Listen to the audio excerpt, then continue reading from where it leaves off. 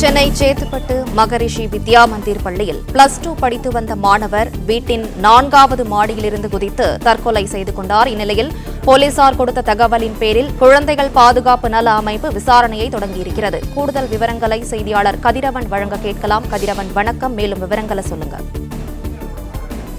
பள்ளியில சக மாணவர்கள் உருவ கேலி செய்ததனாலையும் ராகிங் செய்ததனாலையும் 4வது மாடியில் இருந்து 12ஆம் வகுப்பு மாணவன் குதித்து உயிரை மாய்த்துக் கொண்ட சோக சம்பவம் நடைபெற்ற நிலையில போலீசார் தொடர்ந்து விசாரணையை நடத்தி வருகிறார்கள்.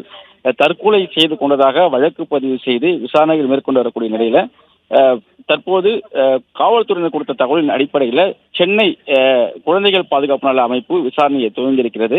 மாணவன் என்ற காரணத்தினாலும் சக மாணவர்களும் 17 வயதுக்கு உட்பட்டவர்கள் என்பதனால குழந்தைகள் நல அமைப்பு இந்த விசாரணையை தற்போது துவங்கியிருப்பதாக தெரிவிக்கப்பட்டிருக்கிறது.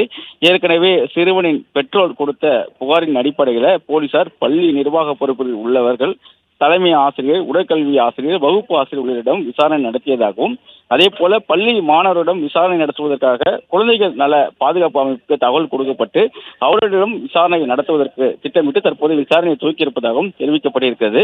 நேற்று இரவு 6 மணி அளவில் பள்ளியிலிருந்து வீட்டுக்கு வந்த மாணவன் வீட்டின் 4வது மாடியில் இருந்து தனது தாயின் கண்ணெதிரே உயிரை மாய்த்துக் கொண்ட சோக சம்பவம் நடைபெற்றது.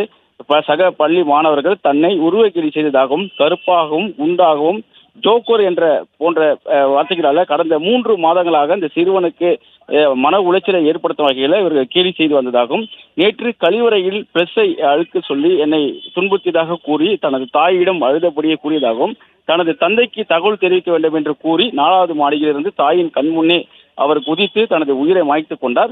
இந்த சம்பவத்தில் தற்போது காவல்துறையினர் ஒரு புறம் விசாரணைகளை மேற்கொண்டு வரக்கூடிய நிலையில குழந்தைகள் நல அமைப்பும் விசாரணையை துவக்கியிருக்கிறார்கள். குற்றச்சாட்டப்பட்ட மற்ற 3 மாணவர்களும் சிறுவர்கள் என்பதனால சென்னை பாதுகாப்பு குழு அமைப்பு குழந்தைகள் நல அலுவலர்கள் இந்த விசாரணையை துவக்கி விசாரணை நடத்த இருப்பதாகவும் அது தொடர்பான அறிக்கையை சமர்ப்பிப்பார்கள் என்றும் தெரிவிக்கப்பட்டிருக்கிறது. பிளே ஸ்டோர் மற்றும் ஆப் ஸ்டோரில் இருந்து பாலிமர் செயலியை QR கோடு மூலம் பதிவிறக்கம் செய்யுங்கள். செய்திகளை உடனுக்குடன் பெறுங்கள்.